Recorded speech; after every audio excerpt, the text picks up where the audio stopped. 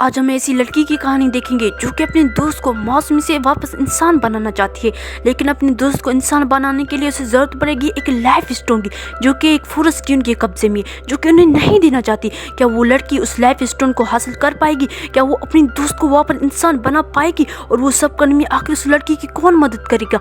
आइए दोस्तों देखते हैं इस फिल्म। मूवी के शुरू में हमें एक एलेक्स नाम के लड़के को दिखाया जाता है जिसको एक चुड़ैल ने एक खानदान दुश्मनी की वजह से एक माउस में बदल दिया और उसकी जगह एक झूठे लड़के को बिठा दिया। फिर एक दिन उनके राज में एक एला नाम की लड़की आई जिसके साथ उसकी जादूगर दोस्त क्रिस्टल और बोल्टर और मेरी नाम के दो चूहे हैं जिन्होंने किसी तरह उस चुड़ैल को मार डाला। लेकिन मरते हुए चुड़ैल ने एला को एक स्टोन में बदल दिया जो देखकर एलेक्स को बहुत दुख हुआ और एलेक्स ने एला को अपनी लाइफ पावर देकर वापस चूहा बन गया। तब से एला और उसकी फ्रेंड कोई ऐसा तरीका ढूंढ रही है जिससे वो अपने दोस्त को वापस इंसान बना सके। ऐसे ही एक दिन क्रिस्टल एला के पास भागती हुई आती है और उससे कहती है कि मैंने शराब को तोड़ने वाला तरीका ढूंढ लिया है। वो उनको कुछ चीजें लाने के लिए कहती है जैसे कि ब्लैक फेडर, एक अंडा और ब्लू रंग का एक फ्लावर। वो उन सबको मिलाकर एक शरबत बनाती है जो कि एलेक्स को पिलाती है, लेकिन उस पर एलेक्स का कोई भी असर नहीं होता, उल्टा वो घायल होने लगता है। क्रिस्टल समझ जाती है कि वो अभी तक एक अच्छी जादूगर नहीं बन पाई, इसीलिए इसका जादू अभी तक अच्छे से काम नहीं कर पा रहा। उसी वक्त क्रिस्टल की नजर स्पेल बुक के ऑथर पर पड़ती है जिसका नाम डॉक्टर नॉइट है और उन्हें लगता है कि शायद डॉक्टर नॉइट उनकी मदद कर सकता है। एला अपने दोस्त एलेक्स को वहीं पर रुकने के लिए कहती है। अपने दोस्तों के साथ डॉक्टर के घर पहुंच जाती है। वो देखते हैं कि उसका घर पूरा मैजिक से भरा हुआ है। बहुत बुलाने के बाद भी डॉक्टर उनके सामने नहीं आता। जब एलेक्स उसको अपनी प्रॉब्लम बताती है तो वो राजी हो जाता है।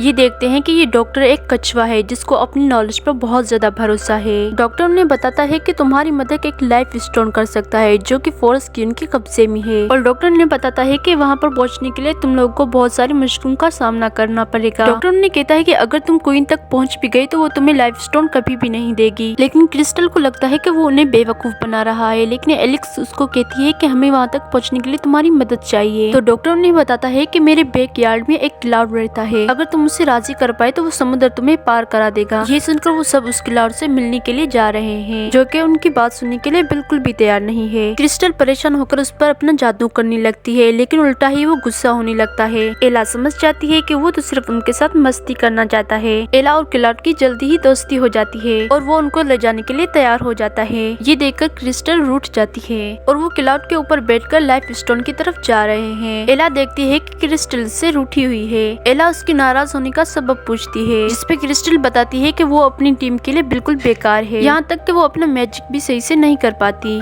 और क्रिस्टल को लगता है कि वो कभी भी अच्छी जादूगर नहीं बन पाएगी, शायद उसे अब जादू करना छोड़ देना चाहिए। एला उससे कहती है कि इंसान को कोशिश करना कभी भी नहीं छोड़ देना चाहिए और वो खुद पर यकीन करने के लिए कहती है। जल्दी ही वो समुद्र के उस पार पहुंच जाते हैं और क्लाउड उनको वहीं पर छोड़कर चला जाता है जहाँ पर उनकी मुलाकात एक बोलने वाले पेड़ से होती है जो कि इस जगह का रखवाला बताता है, जो कि उन्हें कहता है कि मैं तुम्हें लाइफ स्टोन तक पहुंचा दूंगा। अरे ये क्या, ये तो चलने में बिल्कुल ही स्लो है। लेकिन कोई और चारा न होने की वजह से वो उनके साथ चलने के लिए तैयार हो जाते हैं। बड़ी मुश्किल झेलकर वो आखिर उस जगह पर पहुंच जाते हैं, लेकिन वो देखते हैं कि उस जगह की दो गार्ड रखवाली कर रहे हैं। क्रिस्टल और उसके दो दोस्त मिलकर उन गार्ड्स का ध्यान भटकाने की कोशिश करते हैं और एलेक्स चोरी से उस जगह के अंदर जाने लगती है। वो अंदर जाते ही फॉरेस्ट क्यून का कमरा देखती है जहाँ पर लाइफ स्टोन पड़ा हुआ है। वो जैसे ही अंदर आती है तो वो अजीब तरीके रखे हुए स्टेचू देखती है, लेकिन अचानक ही उसके सामने एक जादुई लैम्प आ जाती है जो कि उसे कहती है तुम तो शक्ल से एक चोर लग रही हो। वो एला को अपने साथ ले जाने के लिए कहती है और वो उसे कहता है कि मैं तुम्हारे रास्ते में बहुत ही काम आऊंगा। देखते देखते वहाँ के सारे स्टेचू जिंदा होने लगते हैं और वो एला से यही रिक्वेस्ट करते हैं। फिर एला गलती से एक तस्वीर में चली जाती है और उसे वहाँ पर कई खतरों का सामना करना पड़ता है। तभी उन्हें फॉरेस्ट क्यून के आने की आवाज सुनाई देती है जो सुनकर एक लेडी एला को तस्वीर से बाहर निकाल देती है, जो देखकर लैम उसे एक अलमारी में छुपने के लिए कहता है। लेकिन क्वीन को पता चल जाता है कि यहाँ पर कोई आया है और वो अपने जादू से एला को अलमारी से बाहर निकाल देती है। वो उससे यहाँ पर आने का सबब पूछती है, लेकिन उसी वक्त एला के वहाँ पर दोस्त आ जाते हैं जो देखकर क्वीन को लगता है कि ये शायद चोर है और क्वीन उन्हें कैद कर देती है। लेकिन एला उसे बताती है कि हम तो सिर्फ उस लाइफ स्टोन को लेने के लिए आए हैं। लेकिन रानी उन्हें कहती है कि तुम लोगों ने आने में देर कर दी क्योंकि डेजर्ट क्यून ने तो उसे पहले से ही चुरा लिया। लेकिन एला उसे कहती है कि अगर हम लाइफ स्टोन को वापस लेकर आए तो आप हमें उसे इस्तेमाल करने के लिए देंगी। रानी उन्हें बताती है कि डेजर्ट क्यून बहुत ही खतरनाक है और तुम लोग उसका मुकाबला नहीं कर पाओगे। लेकिन एला पीछे हटने के लिए बिल्कुल भी तैयार नहीं है। ये देखकर वहाँ के सारे स्टेचू रानी को वो ऑफर कबूल करने के लिए कहते हैं, जिससे रानी कबूल कर देती है। फिर वो उन्हें आगे जाने के लिए एक मैप देती है और लैंप को एक कड़े में बदलकर एला के हाथ में बांध देती है ताकि वो उन सब पर पर नजर रख सके। फिर हम डेजर्ट क्वीन को देखते हैं जिसका जासूस आकर एला के सारे प्लान के बारे में बता देता है। रानी को लगता है कि शायद वो बच्चे इसका कुछ भी नहीं बिगाड़ पाएंगे और वो जासूस रानी से कहता है कि आपको एक जादूगर को रखना चाहिए ताकि वो आपकी मदद कर सके। मैं क्रिस्टल को फंसाकर आपके पास ला सकता हूँ और बदले में आपको मुझे राजा बनने में मदद करनी होगी। रानी उसके लिए मान जाती है और एला वहाँ पर एक छोटा रास्ता ढूंढ लेती है, लेकिन क्रिस्टल उसे आगे नहीं जाने देती क्योंकि क्रिस्टल को लगता है कि वहाँ पर खतरा है। इस बात को लेकर एला और क्रिस्टल के बीच में झगड़ा हो जाता है और एला से क्रिस्टल नाराज हो जाती है और वहाँ से चली जाती है। ये सब कुछ रानी का जासूस वहाँ पर देख रहा है और वो क्रिस्टल से मिलने के लिए उसके पीछे जाता है। आगे एला और उसके दोस्त को एक घर दिखाई देता है जहाँ पर बहुत सारा खाना रखा हुआ है,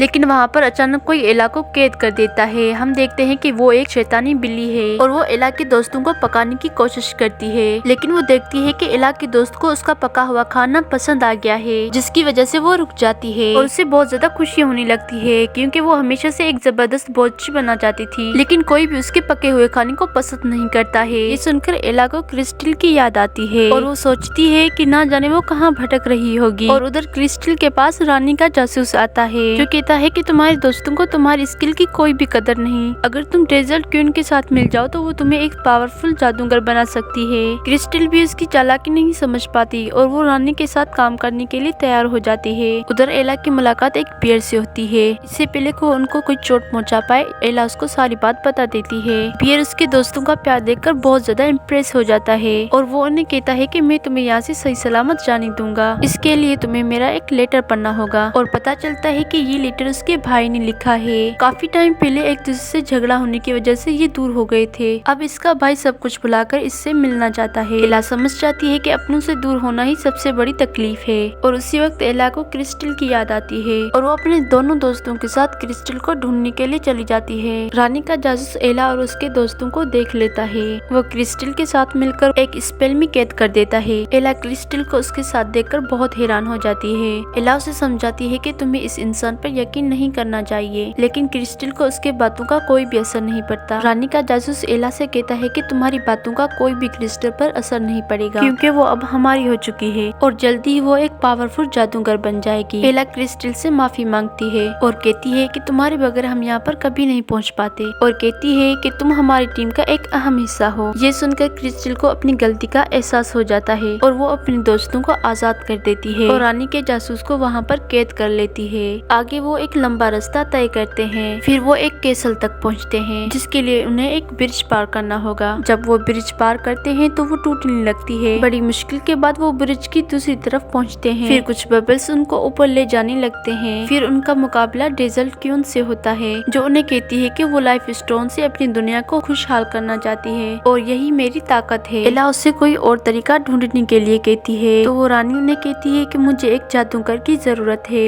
अगर क्रिस्टल यहाँ पर रहने के लिए तैयार हो जाए तो वो उन्हें लाइफ स्टोन दे देगी। ये सुनकर क्रिस्टल वहाँ पर रहने के लिए तैयार हो जाती है और वो एला को समझाती है कि इससे एलेक्स ठीक हो सकता है और क्रिस्टल कहती है कि इस रानी के साथ रहकर भी मेरे जादूगर बनने का सपना पूरा हो जाएगा और वो उन्हें लाइफ स्टोन दे देती है। पता चलता है कि ये सब कुछ उसकी चाल है और वो क्रिस्टल को अपनी जंजीर में बांध देती है। उसे अपने वश में करके वो एला को पहाड़ से नीचे गिरा देती है और क्रिस्टल को अपने साथ ले जाती है और उस तरफ एला किसी तरह से बच जाती है और वो अपने छोटे दोनों दोस्तों के साथ ऊपर जाने लगती है। और उधर रानी क्रिस्टल को एक बार दोबारा सोचने के लिए कहती है और कहती है कि मैं तुम्हें एक अच्छा जादूगर बनाकर तुम्हारा सपना पूरा कर सकती हूँ, लेकिन क्रिस्टल इसका साथ देने से मना कर देती है। और उसी वक्त वहाँ पर एला भी पहुँच जाती है और एला के दो छोटे दोस्त वो रानी से लाइफ स्टोन छीन लेते हैं और क्रिस्टल भी आजाद हो जाती है। ये देखकर रानी को बहुत ज्यादा गुस्सा आता है और वो क्रिस्टल को एक डॉल में बदल देती है, जो देखकर एला को बहुत ज्यादा दुख होता है और वो रानी से बदला लेने का सोचती है और वो बुरी रानी एला को भी मारने की कोशिश करती है। इससे पहले कि वो एला को मार पाती वहाँ पर फॉरेस्ट क्वीन आ जाती है जो कि बुरी रानी से लड़ने लगती है और एला को वो स्टोन लाने के लिए कहती है क्योंकि उसके सिवा वो डेजर्ट रानी को हरा नहीं पाएगी।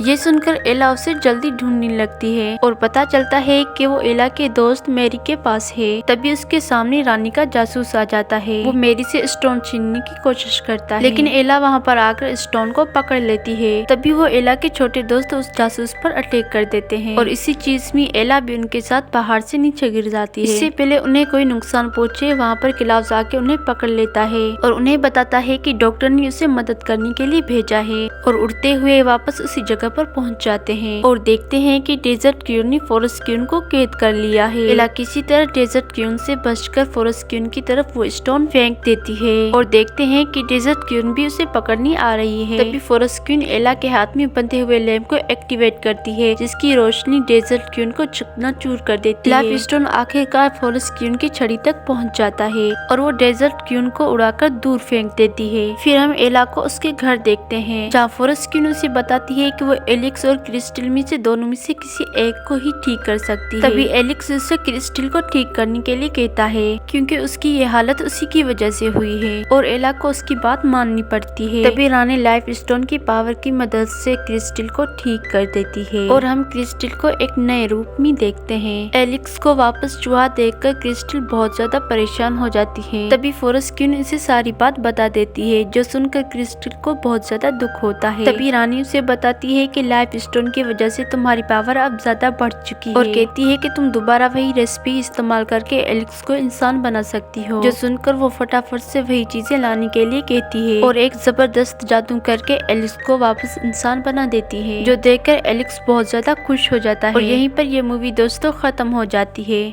आई होप कि ये आज की मूवी आपको हमारी पसंद आई होगी।